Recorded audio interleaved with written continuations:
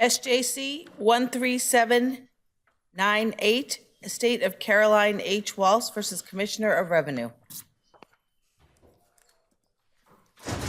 Good morning, Your Honors. Just 1 second, okay? Let's let everybody get settled. Thanks. Good morning, Your Honors. 1 moment. Okay, Attorney Revere. I'm sorry, Attorney Walsh, please. Good morning, Your Honors. Michael Walsh on behalf of the estate of Caroline Walsh. With me is my law partner, John Walsh. If the court is all right, I intend to focus my argument on the constitutional questions, particularly Article 26. Can you ask you just to slow down? Yes, Your Honor, most certainly. I will attempt to focus my arguments primarily on the constitutional arguments, primarily Article 26, if that's all right with the court. I know there's some statutory and evidentiary issues in the briefing, and I think the briefing covers that pretty well. The heart of the argument in this case is that the formulaic penalties adopted for late filing of tax returns or for the late payment of tax returns contravene what this court should interpret the Article 26 of the Declaration of Rights to encompass. This court recently sort of freed the excessive fines portion of Article 26 from the cruel and unusual punishment section in the Raftrate case. Can you explain to me how interest payments are punishment? The Commonwealth has the better part of the argument in that interest is remedial, but to some extent also penalties are remedial. And the Commonwealth would, the Commissioner would distinguish between. I want you to address it. You argued that interest payments are covered by Article 26. I'm wondering how that can be when you're renting the government's money. I argued in the reply brief, Your Honor, that interest alone cannot stand as a penalty, but that when it is fused with a hefty, very hefty fine or penalty. Okay, that's a separate inquiry. I want you to focus on, we have two provisions here. We have the interest payments and then the double penalties for late payment and failure to pay. How are interest payments? There is the statutory issue where the penalty shall include the interest. But beyond that, to answer the constitutional question, the Commonwealth does have the better argument that the interest is not in any sense a constitutional fine. All right, I'll take your non-concession concession. Thank you. We urge this court to adopt, noting that the language of Article 26 is identical substantially to the 1688 Bill of Rights from England, we urge this court to adopt a test from the Magna Carta, which treats small fines as subject to a general proportionality and then has a greater inquiry for what the Magna Carta refers to as greater faults. It is our argument more or less on the idea that $100,000 is a lot of money, that this is a greater penalty and that therefore it should have been subject to a more searching inquiry. There is an extensive briefing about the case law and the court should adopt all of the concerns that the Magna Carta reflects about not impoverishing people. I don't know how well the facts are briefed on that in this case. We wrote a lot of pages to the proportionality test, right? So why don't you apply it here? Yes, Your Honor. So in particular, in the heart of our proportionality argument is that we borrowed from the federal Supreme Court in Bajakian and argued that one of the things that the court did there was they looked to federal criminal statutes that cover similar conduct. And so we have in our principal brief a list of similar statutes, including the criminal statutes for failing to pay an estate tax or avoiding an estate tax. And the fines in those cases, the criminal fines in those cases are $1,000 or $5,000. And we argue that the mechanical formula, the civil penalty that came out in this case being more than $100,000 is simply well in excess of the kind of criminal fines that the legislature has prescribed for similar conduct. And so we believe that that's sort of a legislative statement about policy as to how grave these harms are, and that should inform the court's proportionality analysis. How do we take into account that there's a cap on both statutes and that the dollar amount of the fine is proportional to the tax loss? We argue on the statutory side, we argue the cap was inappropriately applied and that we should have gotten a greater benefit. On the constitutional side, we argue that the cap is, much like the mechanical formulaic penalty nature themselves, should be thrown out because at least in this case, they amounted to a greater offense under the Magna Carta standard rather than a lesser offense. And so at least as applied in this particular case. Before we get to proportionality, don't we have to decide if this is a fine? You do, Your Honor, but Okay, and so can you address why this is a fine?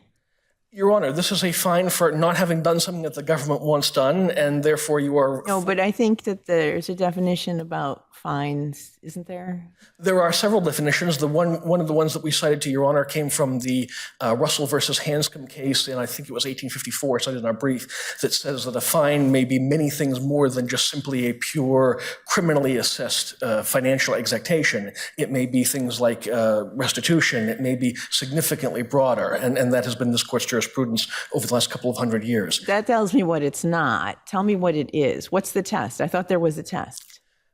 There is a test, drawing from the federal Supreme Court. The test is whether or not the fine is in any part a function of punishment. Okay, and so address that. How is this punishment? This is a punishment because when you do not do what you were supposed to do, file your estate tax return on time or pay the tax on time, you are subject to a direct exactation, a forceful exactation from the government, one which the government will collect no matter how it wants to, or will eventually collect. We have Circuit Court of Appeals dealing with tax penalties as being fines under the Constitution. We do, Your Honor. There's actually a circuit split on that topic. We cited, I believe, to an Eighth Circuit case. The commissioner cited to a First Circuit case. There is also a couple of new, I think there's a brand new 11th Circuit case since the briefing was done, if I remember correctly, that addressed this. And the short answer is it appears to be a relatively open issue of law, Your Honor. On Article 26, what do you do? The department points to the fact that that language differs from the Eighth Amendment and requires that the fine be imposed by a magistrate or a court of law. And here, neither of those two things has happened. So what do we do with that? Your Honor, because as we argued in our reply brief, if you follow the commissioner's analysis all the way through, it would convert this into a bill of attainder where you would have the legislature imposing fines. It also sort of turns on its head all of the court's jurisprudence about mandatory minimums, because that would essentially be the legislature imposing a sentence, not a court after adjudication. We have case law that defines magistrate more broadly. I did some looking because you guys didn't either cite McDuffie. McDuffie has a long footnote describing what magistrate means, including that in Article 5 of the Declaration of Rights, we talk about magistrates as referring to legislative, executive, or judicial branch. So we do have case law in your favor. That always appreciate, Your Honor, the footnote. I didn't cite the footnote, Duffy.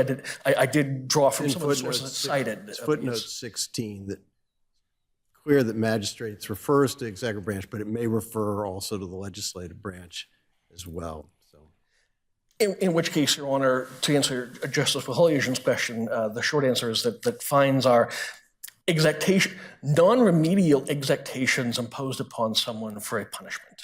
Essentially, Your Honor, may broadly lump all government financial transactions into fees, taxes, restitution, or fines. And since this is not a tax or restitution, it is a fine, or at least. How do we determine whether it's a punishment versus a deterrence?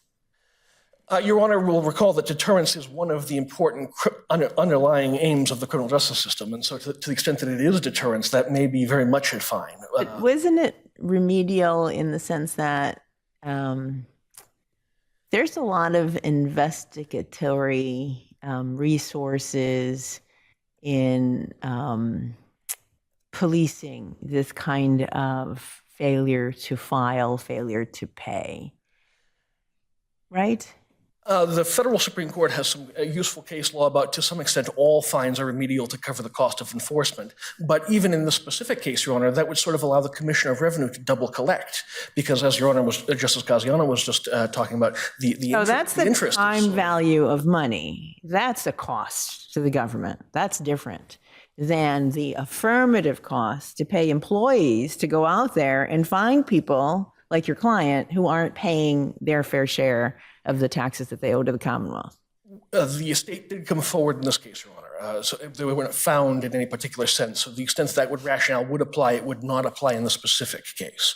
To the extent that it's remedial, the federal Supreme Court has excellent case law about, in some extent, any criminal fine or any civil fine is remedial, and therefore you can't weigh that particular factor too heavily. And is there federal law saying that any tax penalty is a fine subject to the Eighth Amendment? You said there's a circuit split. Yes, Your Honor. We cited an Eighth Circuit case in our brief, and I believe the Commonwealth cited. And so tell me a little bit about the Eighth Circuit case. The Eighth Circuit case is a new law that was enacted to force people to recover money from bank accounts overseas, and if they failed to disclose it within a certain period of time, they were automatically subject to a very hefty penalty, which was if you failed to disclose it for 2 years in a row, the entire amount of that foreign account was forfeited. So is there a difference between that law and the kind of capped penalty that's at issue here in terms of whether it's a fine for purposes of the excessive fines clause? I don't think so, but there is certainly logic there. We don't see so because we think that the important difference here is that it's a mechanical allotment. Instead of going up before a judge or a tax board and saying, well, Your Honor, my failure to file was because the accountant died, whereas that guy's failure to file is just because he's a jerk. Do we require that level of ledgering by the government in order to exact the costs, for investigation? I thought the test was much more, is it rationally related to these costs? Or am I wrong? I mean, you're the expert. And if it wasn't a fundamental right, like a right against excessive fines, that would definitely be the test, because there's an excessive fine involvement, and we argue it's a very large fine. No, but again, it's a fine. I'm still at, is it a fine? And so the question on whether or not it's a fine is defined, I think, a little bit by this rational relationship between what the government is exacting, capped at 25% here, versus that other federal reporting, which is not capped and it takes up the whole thing. It's still a financial stick rather than a carrot to encourage the people to comply with what the government has set as a standard. And if you fail to comply with the standard, you suffer the consequence. And that is, at least in general, what fines are. It certainly isn't a tax to the extent that it's remedial to the government. It's not purely mechanical. I ask you to address the argument that, and I'm going to say the name of the case wrong, Bajakarian, right? Yes, Your Honor. Whatever. It was tied to a criminal conviction, and that seemed to play a big part in Justice Thomas's majority decision in that case. It did very much, but the federal circuit courts that have followed on from that have not lent the criminal capacity as much weight because they looked at the purely civil nature of it. But the First Circuit has. The First Circuit, and I think it's Levesque. And Toth. Or Toth, excuse me. Yes, Your Honor. I stand corrected. That's the other First Circuit case in the filings. In Toth, it did, but in the Eighth Circuit looked at it as simply as a mechanical as a constellation, and it weighed the fact that the prescribed conduct was criminal rather than merely civil as indicative of more serious or fitting the proportionality inquiry, but it didn't necessarily knock you out of the ballpark from whether it was a fine or not. Assuming it is a fine, can you just talk about why it's excessive if, as Justice Gaziano pointed out, it is capped, and then also looking at the behavior, the 7-year lapse in payment or filing? Yes, Your Honor. Assuming that it is a fine, it is excessive. First of all, if the court is inclined to adopt the Magna Carta lesser fault, greater fault analysis, it would fail the greater fault test. Even if it meets proportionality, we don't think that there was any wiggle room to assess whether or not, because the formula was applied mechanically. It doesn't. If I were a poor pauper, and the penalty could be more than I could ever afford, and that kind of lack of individualized inquiry, we think would doom it. The poor pauper wouldn't have $100,000 in tax liability. Another problem, Your Honor. As Your Honor knows, the estate tax is fixed on a graduated percentage basis. I don't think the value of the estate is in front of the court, but it's not hard to surmise it's so extensive. In terms of whether or not the first problem is the penalty is mechanical. It doesn't have any room for relief as Magna Carta. Well, isn't there relief through asking for a reduction in the amount? That's one of the other places where when you measure the statute against what we perceive the Constitution demands, that the statute fails because the reasonable cause test that the appellate tax board engaged in, the statutory relief valve, requires the burden to be on the appellant, and it requires them to show cause. We cited to a law review article by one of the nation's leading Eighth Amendment scholars, Beth Colgan, and I believe in our reply brief, to argue that the burden of proof should be on the government, that it's perfectly fine to raise the burden of raising the claim upon the appellant, but to put the burden of proof on the government is where it should belong. How's the government to prove that you had a good faith delay? It should be the government's burden to prove that it should be a shifting burden formula like McDonnell Douglas. The government should have to raise the first set of circumstances that there was a failure to comply, that they think there was no good cause for it, and then the burden should be on us afterwards to rebut it. I believe that's one of the things that Professor Colgan's article alludes to.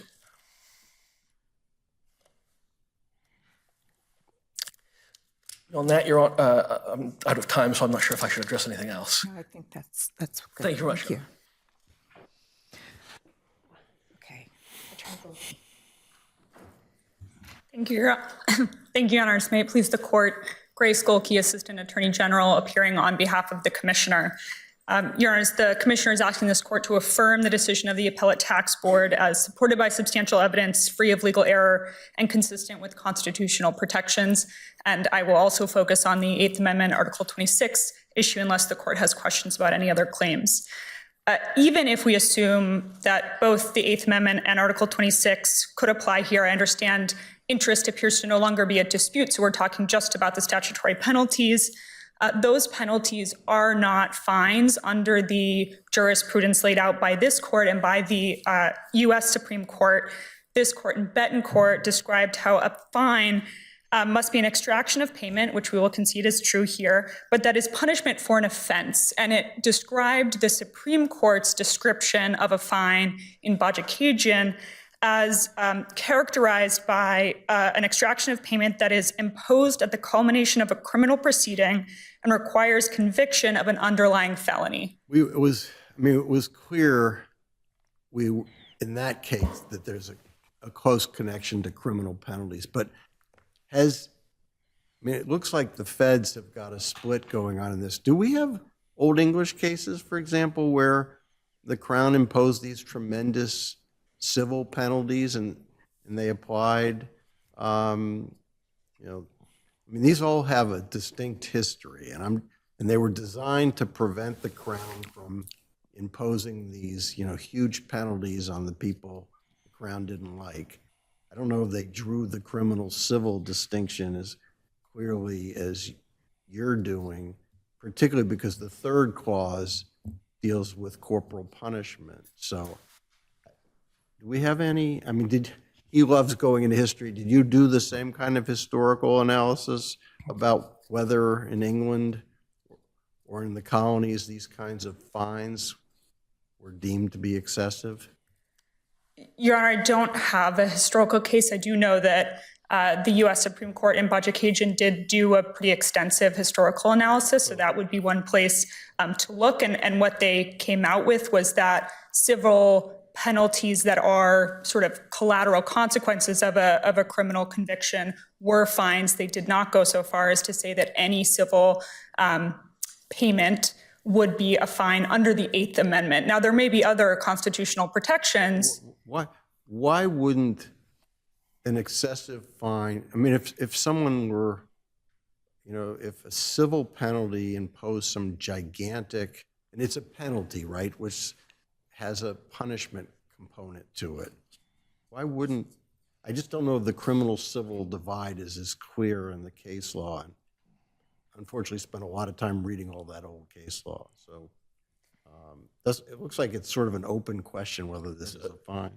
Maybe assume there was no cap here, right? And it was a 100% fine for the tax liability. Would you be making the same argument? Well, the First Circuit in Toth was looking at a different regime that can accrue sort of year over year such that it will actually exceed the value of the foreign account. It's a slightly different structure there. And they said even in that case, it was still a remedial measure that did not qualify as a fine. So I don't think that is the distinction for Eighth But Amendment here purposes. you have two different penalties for the same offense conduct, right? Or the same civil violation. Well, Your Honor, One is failure to pay and one is failure to pay timely. Your Honor, one is failure to file and one is failure to file, pay. right. And there are situations where those may be disconnected. So sometimes a tax form will be filed, but the payment will not be made, or the payment will be made, but perhaps there was, it was misfiled, or those are two separate acts, and they are two separate harms. One is related to the information to the Commonwealth, the filing, and then one is connected to the actual monetary payment, the payment. So they are serving distinct purposes. But they aggregate. They do aggregate, yes, Your Honor. And perhaps if there were 6 different activities, and so the 25% could exceed 100. Again, I still don't think it would be under the Eighth Amendment. How about a hypo? Say you don't pay your estate tax, you got $1 million penalty on top of that. Wouldn't that be an excessive fine under the Constitution? Particularly if it involved, an estate tax of some, person with a very small amount they're inheriting from their family, and they're getting $1 million put on top of that. That would be an excessive fine, wouldn't it? Well, Your Honor, obviously there's a number of reasons that that's unlikely to occur just based on the statutory structure. I'm just trying to figure out whether we, as Justice Wendland says, okay, we got to look at the facts here to decide whether it's a penalty, a criminal fine, a fine, excuse me. And at a certain level, it's going to be a fine. The penalty is so high that it's got to be unconstitutional. Well, Your Honor, one piece would be the remedial aspect of if the amount were so disconnected from what would be the reasonable cost of loss and investigation, that could take it out of that. We don't have any basis here to determine that penalty provision was based on how much it costs you to track them down. It just looks like it's a hammer to prevent this kind of dilly-dallying. You're not saying that there's no punitive element to this, are you? Your Honor, I would say that there is a sort of incentive element of it, certainly, which could be viewed as punitive. But I would say even if this were considered to be a fine, that it is not excessive. So in this particular case, we do not have, even if we have a fine, it is not an excessive one. Why not? Because it's not, what's the evidence that it's proportional to the government's remedial interest? Well, Your Honor, that I think would go to the question of whether it's a fine. Is that the question? Versus the excessiveness is the proportionality to the conduct as opposed to the proportionality to the investigatory interest. So how do you measure that? The proportionality to the conduct? Yes. So the proportionality to the conduct here, I think there's at least 3 ways in which this is by its face proportional. One is that and by its structure. So one is that it is always proportioned to not only the underlying tax loss, but also sort of by extension to the amount of money at issue. So an estate tax is only owed at the time it was $1 million, now it's $2 million. And then from that, there is a proportional amount that is due as a tax. And then from that, there is a proportional amount that may accrue as a penalty. So you're always The 1% is tied, is what's the base on the 1% is tied to the tax liability, Okay. which itself is already, of course, just a proportion of the actual State value. amount at issue, or the size of the estate. The cap is what saves you, doesn't it? The cap is the 25% cap. It's hard to say that something is when someone isn't paying what's owed, and it gets a little more problematical. This argument I don't think is made. When you add all these 4 things together, it starts getting, does it exceed the amount? I'm just trying to, you've got interest plus the 25%. What is the total amount in stake, and what is the total penalty here, and interest and everything else? What does it all add up to? So at the time of the assessment, the I have it here, Your Honor. At the time of the assessment, the statutory penalties, and I'll just round for ease, were about $112,000. The interest was about $145,000. So it added up to $246,000. The estate tax was $224,000. So the combined penalties and interest were greater than the underlying liability, but that in large part is due to the interest. That's what sort of makes, although I don't know if we have that argument exactly. It's just when you add all four of these things together and it exceeds the amount of the tax, then it gets a little more complicated. Well, Your Honor, I think we certainly have to disaggregate the interest and the penalties. As I heard opposing counsel appear to concede, the interest serves explicitly a remedial purpose just related to the time value of money. That really isn't changing the amount. It's just reflecting the passing of time. So really, we should just be looking at those statutory penalties, which are always going to be capped at 50%. And I would add that the second way in which this is proportional is that it is tied to the length of delay. So you're only hitting that 50% if you've delayed 25 months or more. Someone who delays only 1 month, it only is going to have 2% if both of them apply.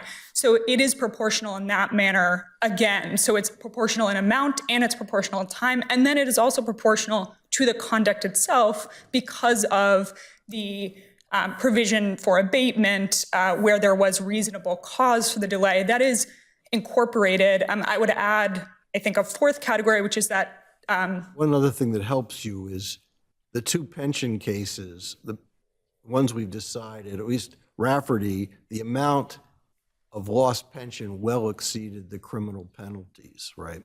Yes, Your Honor, precisely. So in Rafferty, it was a $1 million forfeiture. In Finneran, it was a $433,000 forfeiture. Maher, I'm not sure the pronunciation, was $576,000 for in that case, they said a potential gain of 125. So we're talking about orders of magnitude.